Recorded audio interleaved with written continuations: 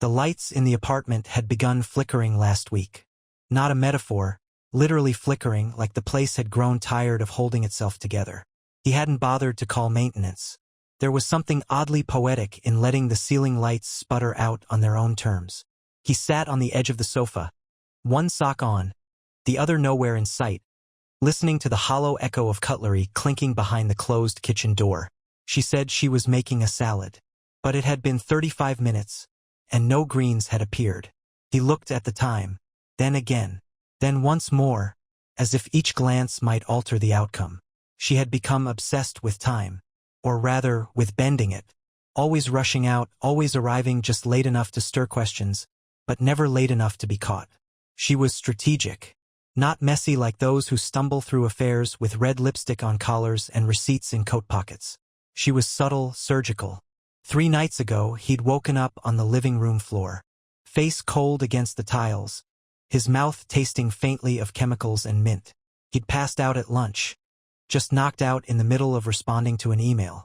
At first, he chalked it up to stress or maybe a bad sandwich. But the dull ringing in his ears and the lingering fuzziness in his head whispered a different story. That whisper grew louder when he noticed the pill bottle half hidden beneath the bathroom sink.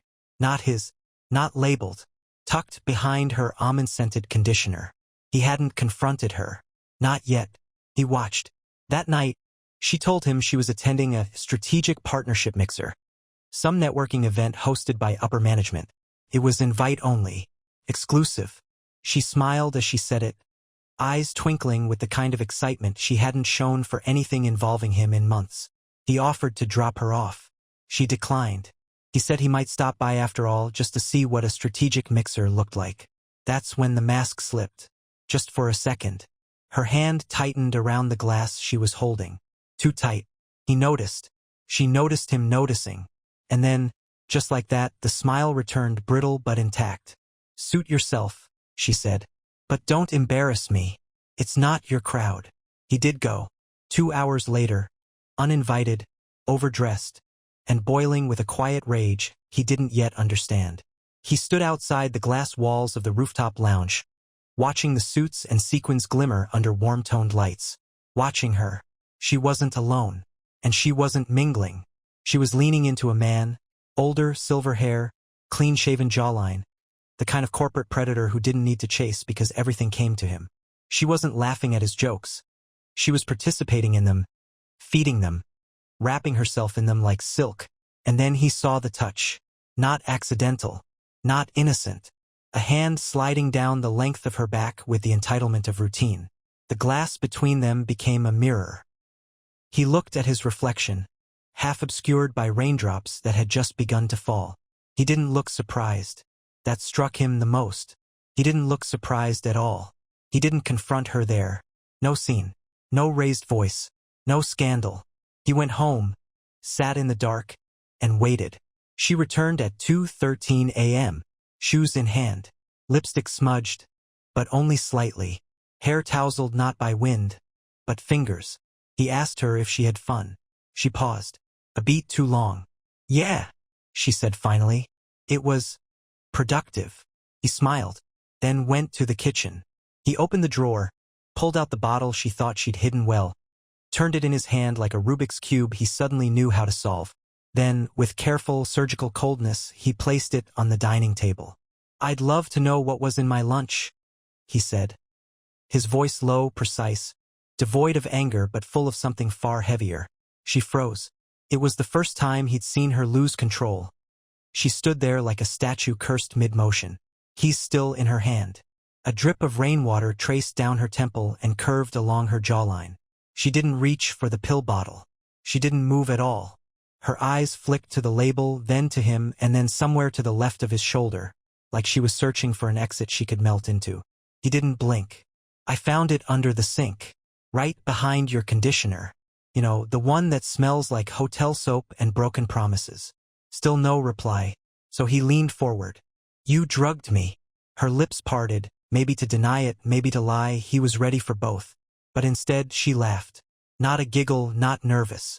A full, bitter, corner-of-the-mouth chuckle. One that said, you just now figured it out? You really think everything's about you, she said finally. her tone calm in that terrifying way only people with nothing to lose could manage. It wasn't personal. He stared. You slipped something into my food so I'd be out cold. That's not personal. It was practical. He took a step toward her, but not in threat, just proximity. He wanted to see if she would flinch. She didn't. You wanted me unconscious. She tilted her head slightly, like she was examining a crack in the wall behind him. No, I needed you still. That hit harder than he expected. He could feel it splintering somewhere in his chest, the kind of emotional rupture that doesn't bleed, it just echoes. He remembered the details now. That lunch she insisted on making. The way she watched him eat. Not lovingly, not worried, just waiting. How many? He asked. She narrowed her eyes. How many what? He laughed this time. Not bitter, not forced, just utterly, terrifyingly amused. Lovers? CO? Who else was in on the fun? There it was again, that pause. Not guilt. Calculation. You're not stupid, she said. You just liked pretending not to notice. He almost reeled back. She wasn't trying to deny anything. She wasn't even defending herself. She was poking holes in him to see where he leaked. I told myself you were just unhappy, he said, mostly to himself now. Detached. Tired. But this is psychotic. No, it's efficient. Efficient. He repeated it like tasting poison. That what this was to you? A workaround. It was a window, she snapped now, voice sharp like a knife dragged across porcelain. Do you know what it feels like to be invisible next to someone who thinks silence is love? You disappeared long before I did. He blinked, and there it was, her version of the truth. A twisted, refracted mirror of pain she never spoke of, turned into a weapon he hadn't seen coming. She reached into her coat pocket and pulled out her phone, unlocked it, placed it face up on the table. Go ahead, she said. Scroll. I know what you're looking for. He didn't touch it. I don't want your trophies, he said. I want the truth. She scoffed. No, you want the version that makes you the victim and me the villain. But guess what? We're both worse than that. He took a breath so deep it almost hurt. Then he nodded and turned away. Where are you going? She asked, not quite mocking, not quite curious. He stopped at the doorway, not looking back. To remember what I used to be before you started rewriting me. And he left the pill bottle behind. Like a murder weapon in a story that hadn't finished killing, he didn't sleep that night. He didn't cry either. Tears were too generous for what he was feeling. Instead, he sat on the edge of the bathtub in the guest bathroom, the one she never used, surrounded by silence that felt strangely companionable.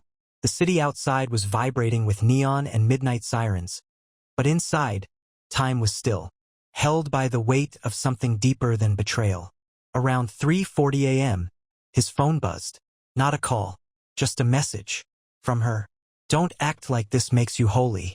You left me long before I left you. No punctuation. No emotion. Just static in digital form. He didn't reply. Instead, he turned the phone over like it had shown him something grotesque. And then he laughed, low and stunned, as something began to crystallize. He wasn't angry anymore. He was awake. The next morning he called in sick. Took the day off. Not to recover, there was no recovery to be had, but to observe. To study the life he'd been sleepwalking through. He wandered the apartment like it was a crime scene. And in a way, it was only the blood was spiritual, the weapon was choice, and the body was trust. Her shoes were still near the door. Her coffee mug in the sink, lipstick mark fossilized against the rim. Her perfume lingered in the hallway like a ghost too proud to leave. And then he saw the frame. On the shelf above the books they never read anymore. A photo from a trip to the coast 3 years ago. She was smiling in it. Not the stiff kind she wore lately, but a real sun-warmed smile. His arm around her, sand in their shoes. A time when they still shared mornings, not just space. He picked up the frame, held it, then let it fall. The glass cracked. Not shattered. Just cracked. Enough. By noon she was back. She didn't knock. Didn't text. Just walked in like she still owned the script. Her heels clicked across the floor with a rhythm that used to mean coming home. Now it sounded like a countdown. Back early? He asked, not turning. I forgot my charger. He waited. Let the silence pull taut between them. That's all you forgot? She glanced at the cracked photo on the floor. "You're being theatrical. And you're being cruel," he said without venom. "But at least you're consistent." She folded her arms. "So what now? You gonna tell your family? Announce it on social media? Play the noble fool?" He stood, walked to the table, and pulled out a sheet of paper. His handwriting. A list. Lawyer consultation. Storage unit for essentials. Cancel anniversary trip. Change passwords. She stared at it, then at him. "You're really doing this?" He nodded. "I thought about revenge. About exposing you. Humiliating you the way you humiliated me." She waited, arms still crossed. "But then I remembered," he continued. "Your greatest punishment isn't what people think of you. It's that you can't feel shame. And that means you'll never heal." He handed her the list. "I'm leaving you the apartment," he said. "But I'm taking everything that mattered." She blinked. "Which is what?" He smiled, the first genuine smile in days. "Myself." And then, before she could speak, before she could twist it into another chess move, he walked past her, out the door, and into a world that suddenly didn't seem so unfamiliar anymore. He didn't go far. Not at first. There's something unnatural about leaving behind a life you helped build, even when it's rotten down to the studs. The first night away from her, he stayed in a bland hotel by the train station. Nothing elegant, just clean and anonymous. That was what he needed most now. Anonymity. No memories in the walls, no echoes of arguments lingering in the corners. He lay on the stiff bed, shoes still on, staring at the water stains on the ceiling. They looked like continents on an unfamiliar map. That's what this felt like. Being dropped into a country where he didn't know the language anymore. The language of trust, of safety, of home. He wasn't heartbroken. Not anymore. He was something worse. Unmoored. The next morning, he made a decision. He returned to the apartment. She wasn't there. He knew she wouldn't be. She was too proud to linger in a space after being called out. That was part of her code. Once the game was revealed, she no longer played. He packed fast. Essentials only. Laptop, notebooks, a few shirts. One photo, just one, of him and his mother from long before she came into his life. A version of himself untouched by manipulation, by sleeping pills and pasta, by boardroom seductions disguised as company mixers. On his way out, he passed the kitchen and stopped.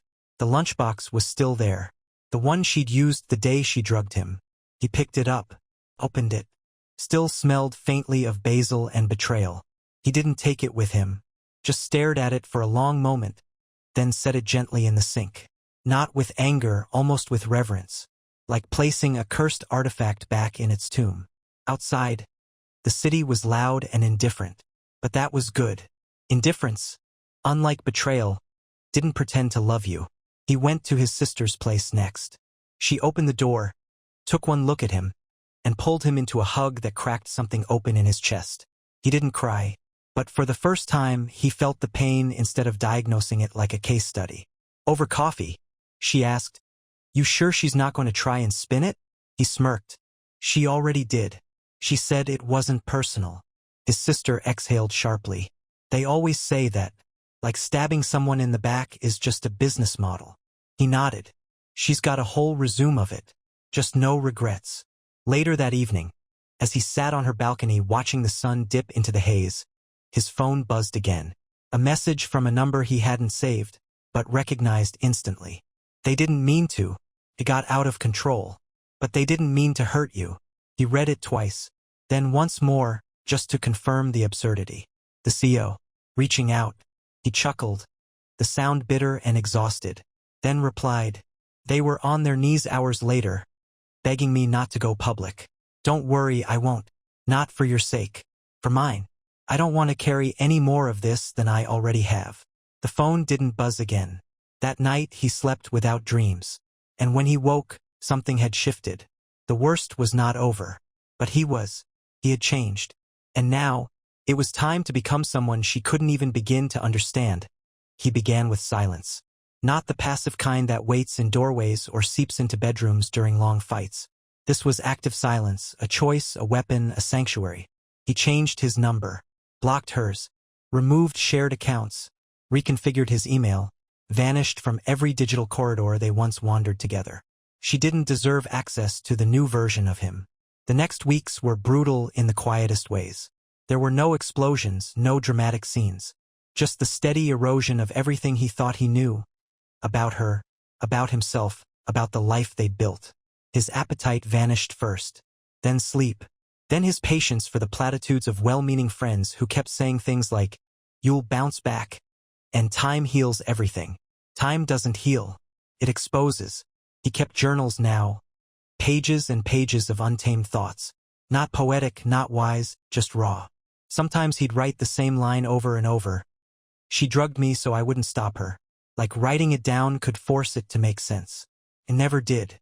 The twist came unexpectedly. A knock at the office. Not his new place, he hadn't taken a new job yet. It was the old firm. The same place where he'd built his career before she started weaving her charm through the executive floors. He was only visiting, dropping off a file for a colleague who'd stayed friendly. But the receptionist looked up and said, "They're asking for you." He frowned. "Who?" "Boardroom. 4th floor." He took the stairs. Always did. The elevator had too many mirrored surfaces. When he entered the room, he saw them. The CEO, 2 other top-level managers, and someone new. A compliance officer with sharp eyes and a laptop open in front of her. "What is this?" he asked, keeping his tone neutral. The CEO stood. His voice was smoother than usual. Controlled. Too controlled. "We were hoping we could have a quiet word." He looked at the others. "Legal. HR. Someone from PR." He stepped back. "If this is about her." "It is." They didn't waste time. Turns out, the affair had been part of something bigger. She hadn't just been unfaithful. She'd been strategic. Using pillow talk to pull confidential details from high-ranking men. Flipping internal leverage into personal gain. Promotions. Bonuses. Private investments. They didn't say the word espionage. But it hung in the room like smoke. "She's clever," the CEO admitted. "But reckless. We didn't see it. You were a variable." He laughed. Loud this time. "A variable? I was her husband." The compliance officer didn't blink. "And your cooperation now could help us untangle the rest." He leaned against the doorframe. "You think I'm going to clean up her mess?" "No," the CEO said quickly. "We're offering closure. The truth. Full disclosure. We'll show you the reports. The emails. The pattern. If you want to see what was real." He paused. And for the first time since this all began, he hesitated. Because yes, he wanted to move on. But part of him still needed to know, was any of it real? Even a single moment? He nodded slowly. "All right," he said. "Show me." And they did. They laid it bare. Not just her indiscretions, but her strategies, her timing, the calculated way she had used him as a shield while she positioned herself closer to power. She had fed stories to one man while sleeping with another. She had used his stability as a cover, while she destabilized everyone around her. And suddenly, the worst part wasn't the affair. It was realizing she had never been lost. She had been precise. By the end of the meeting, they offered him a role in the cleanup. He declined. "I'm not here to fix your disaster. I'm just here to walk away with the truth." As he stepped back into the daylight, he didn't feel stronger. But he felt cleaner. Like something had been scrubbed out of his bloodstream. Not her, but the illusion of her. He didn't tell anyone about the boardroom meeting. Not his sister. Not the friend who let him crash on their couch when the hotel felt too sterile. Not the therapist he'd started seeing every Tuesday, who kept asking him to describe his childhood. As if the roots of this mess stretched back that far. This truth, the full, clinical breakdown of her betrayal, was his. Personal. Not because he was ashamed, but because he understood something now. When someone carves you open with precision, the scar that follows is uniquely yours. No one else should carry it. He spent days letting it sink in. The emails they showed him. The calendar invites masked as strategy lunches. The messages she sent from their living room while he was in the next room. Cleaning up after a dinner she'd barely touched. He even recognized the names. Men he'd shaken hands with. Men who looked him in the eye while she sat beside him in her best lie. He thought the rage would return, but it didn't. Instead, there was detachment, like he'd stepped outside the burning building and could finally feel the air again. But peace, it turned out, was a fragile thing. 3 weeks after that meeting, he got an envelope in the mail. No return address. Just his name. Inside, a letter. Handwritten. From her. You always wanted answers. Here's one. I did it because I could. Because it felt like the only way to have control in a world where I was constantly managed, corrected, softened. With them, I didn't have to be your idea of a wife. I could be sharp. And I liked it. You weren't boring. You were just too gentle. And gentle men don't survive in storms like me. It wasn't an apology. It was a confession. No regret. No sorrow. Just the same surgical detachment she always wore when she wanted to hurt him without ever touching him. But this time, something strange happened. He laughed. He laughed until it startled him. Not because it was funny, but because it proved he had finally crossed over. Her words, which once would have gutted him, now felt like echoes in an abandoned room. She thought she was a storm, but she had never noticed the flood she left behind. He folded the letter, placed it in the fireplace at his sister's house, and lit a match, watched it curl into ash. Then he pulled out his notebook, turned to a fresh page, wrote just 3 words. She lost me, not because he walked away, but because he finally realized she never had him. Not the real him, not the part of him that couldn't be fooled by charm or seduced by strategy. And now that part was waking up. Stronger, sharper, untouched. He bought a motorcycle. Not out of impulse, not for image, he didn't care who noticed. It wasn't about danger or escape. It was about control. The raw grip of the throttle. The honesty of physics. You lean too far, you fall. You brake too late, you crash. Unlike his marriage, the machine never lied to him. He rode through cityscapes and into the emptier spaces between towns, where the air smelled like iron and dust. He didn't have a destination. That was the point. Every mile was a declaration. I'm not staying where you left me. Somewhere outside of Stonebridge, he found an old motel that looked like it hadn't seen renovation since the 80s. He stayed for 2 nights, ate greasy diner food, wrote in his journal, and spoke to no one except a girl at the front desk who offered him a key without asking questions. She wore chipped nail polish and read poetry behind the counter. He never caught her name. That was fine. He wasn't running anymore. He was moving. By the 3rd night, his phone buzzed again. New number. No message this time, just a voicemail. He hesitated before listening. The recording was 5 seconds of silence, followed by her voice, soft and cold. They'll come for me soon. You started it. Just remember that. He stared at the phone like it had grown teeth. Started it? No, she did. When she slipped those pills into his lunch, smiling, humming, maybe even planning her outfit for the night while he drifted into darkness. That was the beginning. She wrote the first page. She lit the first match. If the fire was finally reaching her, that was gravity, not vengeance. And still, a part of him flinched.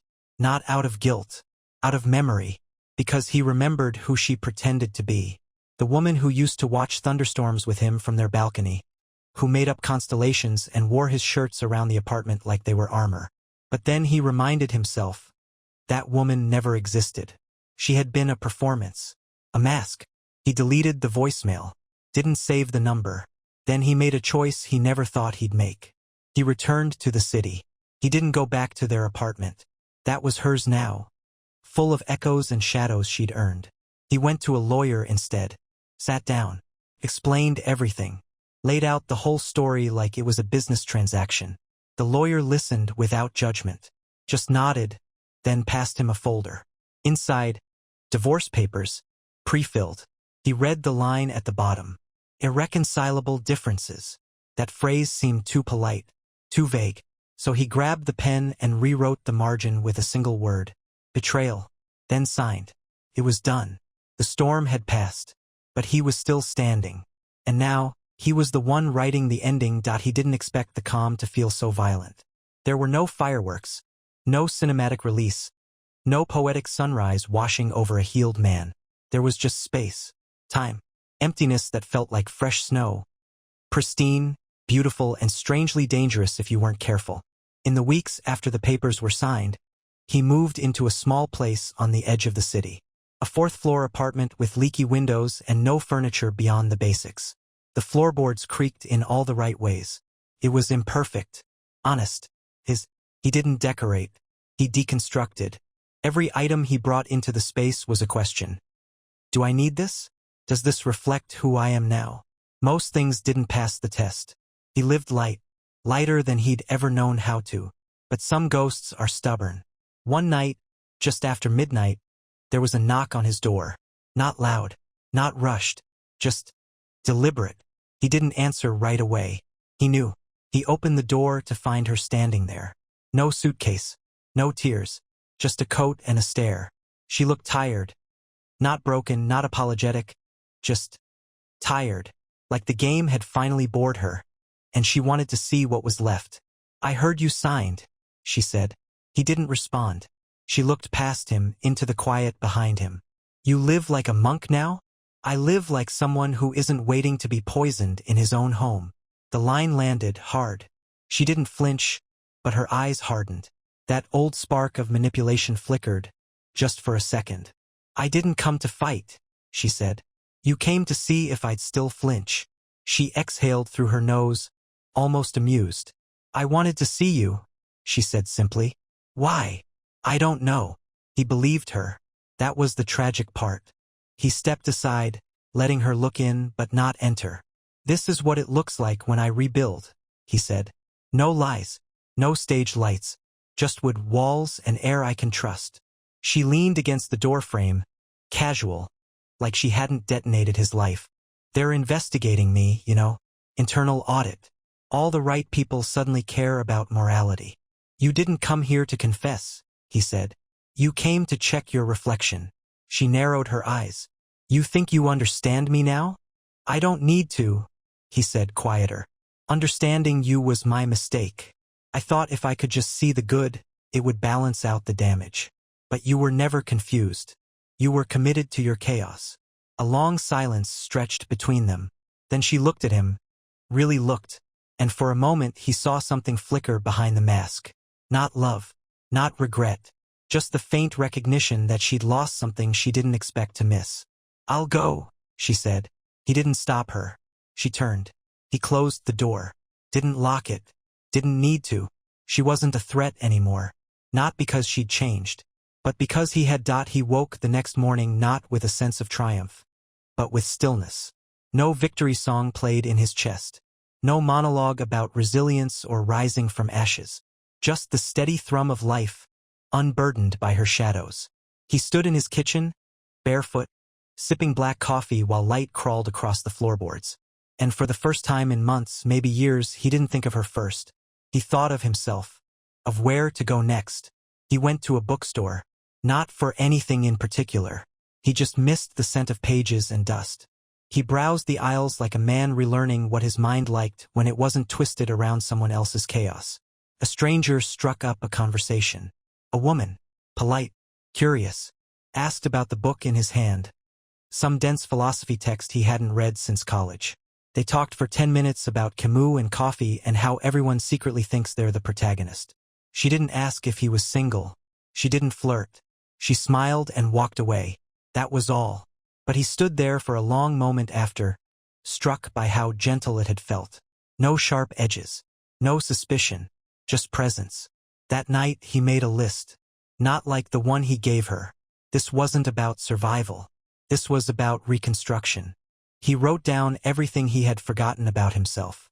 The things he used to love. The things he hadn't done since before she made herself the center of his orbit. Live by the sea even briefly. Take a class on something useless. Grow something from seed. Forget how she used to smile. Remember how I used to. Each line felt like a brick in the foundation of a new self. Not a better man. Just a real one. The next day his phone buzzed. Unknown number. This time curiosity won. He answered. A voice, cautious. Mr. Lane. He didn't respond immediately. This is Detective Harlow. I'm handling a corporate investigation related to, well, you're not a suspect, don't worry. But your name came up in connection to several inconsistencies in financial reports. We'd like to ask you a few questions. He closed his eyes. The echo of her games hadn't finished unraveling yet. I'm listening, he said. They spoke for 30 minutes. Professional. Clean. No drama. Just dots being connected. Her dots. By the end of the call, He'd provided enough to help them piece together one more section of her grand design. Apparently, she'd not only manipulated people, she'd moved numbers, skimmed from bonuses, diverted funds under false contracts, all while living under his roof, pretending her biggest betrayal was just emotional. He hung up, didn't pace, didn't tremble. He sat, thought, not about her, but about how long he had mistaken her ruthlessness for strength. Strength wasn't deception. It was endurance, truth-telling, rebuilding. He went out that night, alone, to a jazz bar on the east side. No one knew him there. He drank a bourbon, watched a trumpet player breathe magic into metal, and didn't think once about checking his phone. And when he walked home under the hum of the city lights, he felt taller somehow. Not because he had won, but because he had survived. He didn't throw a party. There was no need for celebration, no champagne, no declarations about being back. This wasn't a return. It was a rebirth. Quiet, intentional, private. He started his mornings before the sun, made coffee by hand. No machines, no shortcuts. Everything now was deliberate, from the way he tied his shoes to the way he looked in the mirror. He didn't search for the man she had broken. He searched for the man she never got to know. And there he was, subtler, sharper, softer in the right places, harder in others. One morning he checked the news just out of routine. And there she was. Not front page, not scandalous. Just a small piece in a financial column about a quiet resignation, an internal audit, and the quiet distancing of a company from an executive whose decisions did not reflect the values of leadership. No name, no photos, but he knew. He read it twice, then closed the tab. It was over. There would be no trial, no public downfall. She would land somewhere eventually. A new company, a new persona. That was her cycle. But he was no longer in orbit. He didn't want revenge anymore. That would have kept her alive inside him. He wanted freedom, so he booked a trip. One way, coastal town. Small, sleepy, full of salt air and fog that curled around rooftops like old secrets too tired to hide. He rented a studio above a bookstore. The owner was a retired professor who smelled like ink and bergamot. He offered a discount if he helped alphabetize the philosophy section. He accepted. Days passed differently now. Slower, richer. He painted, though he wasn't good. He wrote, though he didn't care who read it. He woke to birds instead of sirens. And sometimes, when he least expected it, he laughed. Truly laughed, the kind that bloomed from the chest, not the throat. One evening, on the porch overlooking the cliffside, he reread the letter she'd sent months ago, the one he thought he'd burned. Turns out he'd copied it first. For documentation, maybe out of self-torture. But now it felt distant, fictional. A monologue from a play he no longer acted in. He finally did burn it. No ceremony, just flame and wind.